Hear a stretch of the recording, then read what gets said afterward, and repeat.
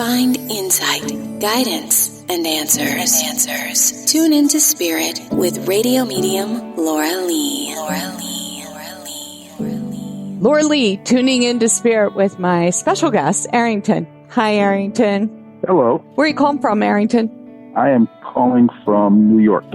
So here we go. I've got an impression of a female coming in on your left side, and she's tall, and I get darker hair, and I get the sense this is a maternal figure, but I get the sense also she wore her hair really nicely coiffed, and it's almost down a little longer than she would normally wear, but for some reason I get a connection to wigs. Did she ever wear a wig, hon? Back in the 70s, I could be Mom. She used to put on a little wig. Well, so they like to sometimes show up in their most ideal form. So that's how I see your mom. And she's actually wearing all black because it made her appear thinner. And that was a concern from what I get from her impression. Does that make sense?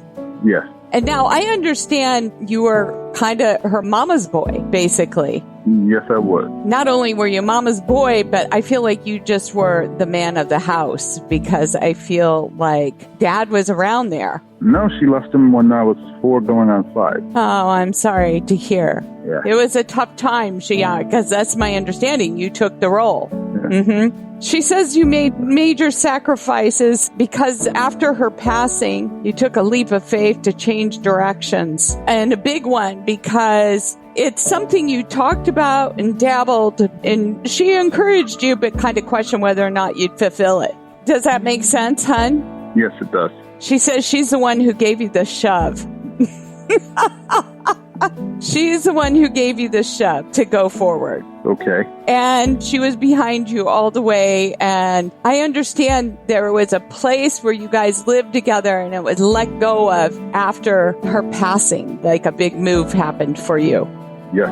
Oh, yes. A very big, sorrowful move. Yes. Right. That's her confirmation about how she gave you the shove. And I just feel so proud and that, not to give up at any point. Do not give up because you're on a roll. Even if you have to take something on the side in order to give you lift in the meantime. Does this make sense? Yes, it does.